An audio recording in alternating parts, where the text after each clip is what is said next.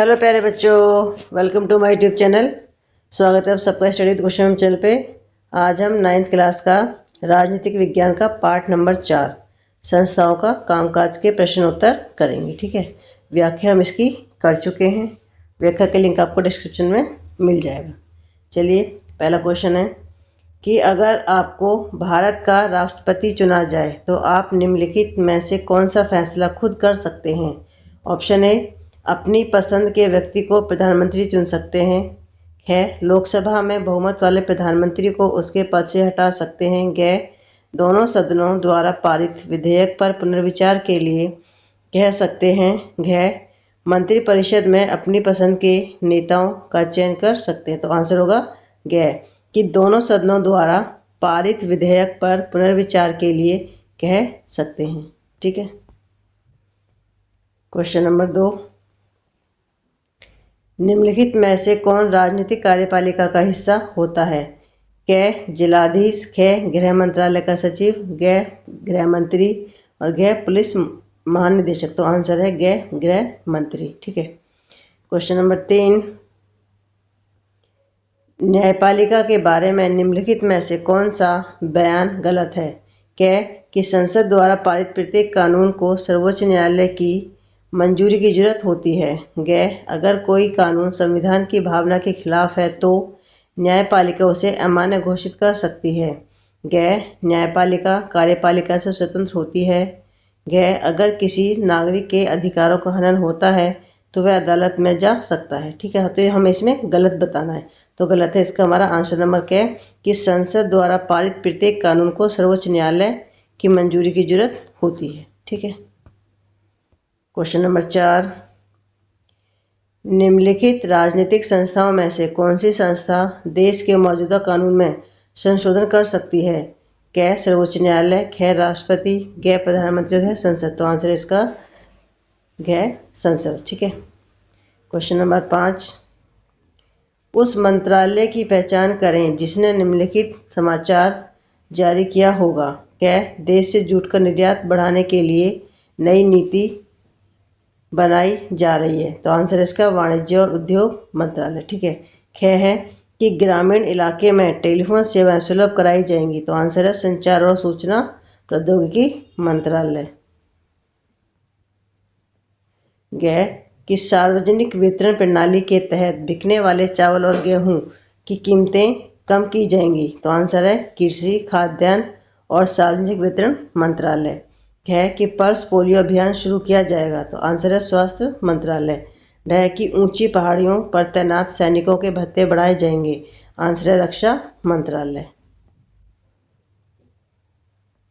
Question number 6, कि देश की विधायिका, कार्यपालिका और न्यायपालिका में से उस राजनीतिक संस्था का नाम बताइए जो निम्नलिखित मामलों में अधिकारों का इस्तेमाल करती है। क, कि सड़क, सिंचाई जैसे बुनियादी ढांचे के विकास और नागरिकों की विभिन्न कल्याणकारी गतिविधियों पर कितना पैसा खर्च किया जाएगा। तो आंसर है विधायिका। ठीक है, ग, कि स्टॉक एक्सचेंज को नियमित करने संबंधी कानून बनाने की कमेटी के सुझाव पर विचार विमर्श करती है। तो आंसर है न्यायपालिका। ग, कि दो राज्य सरकारों के बीच कानूनी विवाद पर निर्णय लेती है। कौन? न्यायपालिका। घ, कि भूकंप पीड़ितों की राहत के प्रयासों के बारे में सूचना मांगती है। कार्यपालिका। ठीक है, क्वेश्चन नंबर 7, भारत का प्रधानमंत्री सीधे जनता द्वारा क्यों नहीं चुना जाता। निम्नलिखित 4 जवाबों में से सबसे सही को चुनकर अपनी पसंद के पक्ष में कारण दीजिए। पहला ऑप्शन है कि संसदीय लोकतंत्र में लोकसभा में बहुमत वाली पार्टी का नेता ही प्रधानमंत्री बन सकता है। ख, कि लोकसभा प्रधानमंत्री और मंत्रिपरिषद का कार्यकाल पूरा होने से पहले उन्हें हटा सकती है। ग, चूंकि प्रधानमंत्री को राष्ट्रपति नियुक्त करता है लिहाजा उसे जनता द्वारा चुने जाने की जरूरत ही नहीं है। तो घ, कि प्रधानमंत्री के सीधे चुनाव में बहुत ज़्यादा खर्च आएगा। ठीक है, तो आंसर है इसका कि संसदीय लोकतंत्र में लोकसभा में बहुमत दल का नेता ही प्रधानमंत्री बन सकता है। यह सुनिश्चित करना है कि प्रधानमंत्री बहुमत समर्थन हासिल करे। यह उन्हें एक कठपुतली या तानाशाह बनने से रोकता है क्योंकि उन्हें मंत्रियों की एक परिषद के साथ काम करना पड़ता है। ठीक है, अगला क्वेश्चन है कि हमें संसद की आवश्यकता क्यों है।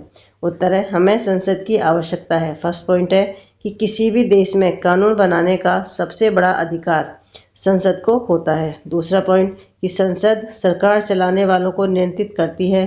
थर्ड पॉइंट सरकार के हर पैसे पर संसद का नियंत्रण होता है। फोर्थ पॉइंट कि सार्वजनिक मसलों और किसी देश की राष्ट्रीय नीति पर चर्चा के लिए संसद सर्वोच्च संघ है। अगला क्वेश्चन है कि भारत के प्रधानमंत्री की शक्तियों की व्याख्या करें। तो आंसर है कि भारत के प्रधानमंत्री के पास सरकार के प्रमुख के रूप में कई महत्वपूर्ण शक्तियां होती हैं। फर्स्ट पॉइंट है कि कैबिनेट की बैठकों की अध्यक्षता करना। दूसरा, विभिन्न विभागों के कार्य का समन्वय। तीसरा, विभिन्न विभागों की सामान्य निगरानी रखना।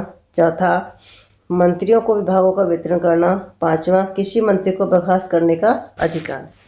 अगला क्वेश्चन है कि भारत के राष्ट्रपति की शक्तियों और कार्यों का वर्णन करें। तो आंसर है कि भारत के राष्ट्रपति की शक्तियां और कार्य। पहला पॉइंट है कि सभी प्रमुख फैसले और नीतियां राष्ट्रपति के नाम पर होती हैं। दूसरा पॉइंट कि सभी अंतर्राष्ट्रीय संधियां और समझौते राष्ट्रपति के नाम पर होते हैं। थर्ड पॉइंट सभी सरकारी गतिविधियां राष्ट्रपति के नाम पर होती हैं। चौथा पॉइंट राष्ट्रपति प्रधानमंत्री की नियुक्ति करता है और प्रधानमंत्री की सलाह पर मंत्रिपरिषद की नियुक्ति करता है। नंबर 5 कि किसी भी बिल को कानून बनाने के लिए राष्ट्रपति के हस्ताक्षर अनिवार्य हैं।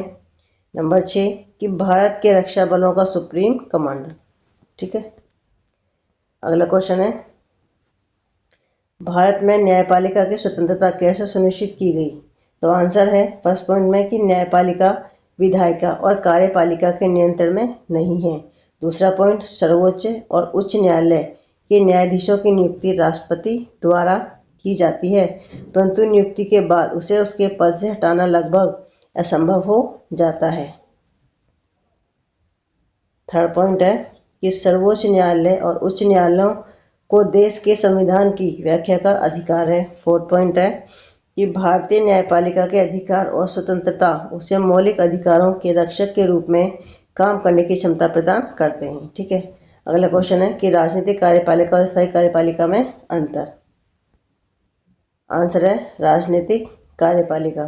फर्स्ट पॉइंट है कि जनता द्वारा खास अवधि तक के लिए निर्वाचित दूसरा राजनीतिक नेता इस श्रेणी में आते हैं। फिर स्थायी कार्यपालिका। पहला पॉइंट है कि लंबे समय के लिए नियुक्त। दूसरा लोक सेवा में काम करने वाले सिविल सर्वेंट। और तीसरा कि राजनीतिक कार्यपालिका के तहत काम करते हैं।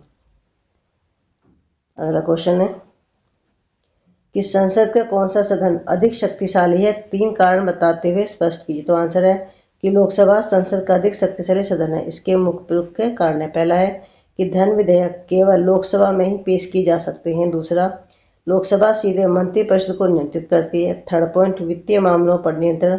चौथा, अधिकतर मामलों में सर्वोच्च अधिकार। ठीक है।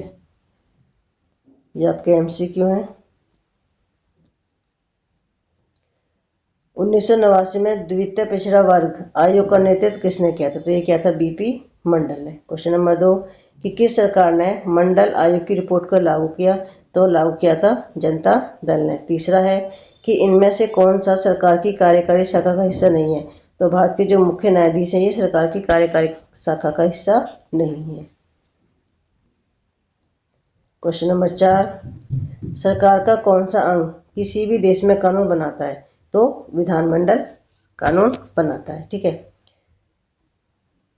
फिर है क्वेश्चन नंबर 5 कि भारत में कौन नए कानून बना सकता है, मौजूदा कानूनों को बदल सकता है या मौजूदा कानूनों को समाप्त कर सकता है और उसके नए बना सकता है। ठीक है। तो इसका आंसर है संसद के पास ये अधिकार है। नए कानून बनाने का अधिकार जो है वो कानून के संसद के पास में ही है और जो पुराने कानून को बदलने का भी जो अधिकार है वो संसद के पास में है। क्वेश्चन नंबर 6 कि संसद का कौन सा सदन अन्य सदनों की तुलना में अधिक शक्तिशाली है। तो वह है ही लोकसभा। ठीक है। क्वेश्चन नंबर 7 मंडल आयोग क्या है। तो मंडल आयोग सामाजिक और शैक्षिक रूप से पिछड़े वर्गों की उन्नति के लिए कदमों की पहचान करने और उनकी सिफारिश करने के लिए आयोग। ठीक है।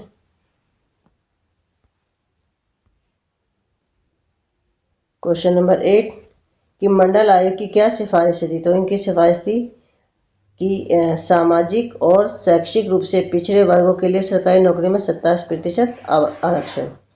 SEBC क्या है? तो यह है सरकार द्वारा पिछड़ी मानी जाने वाली जातियों की एक श्रेणी।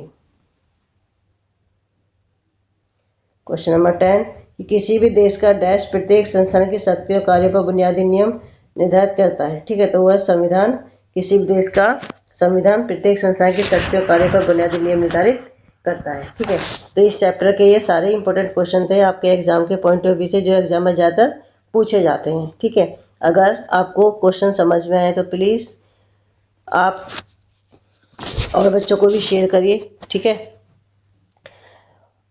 आज की वीडियो बस इतना ही। मिलते हैं आपसे नेक्स्ट वीडियो में।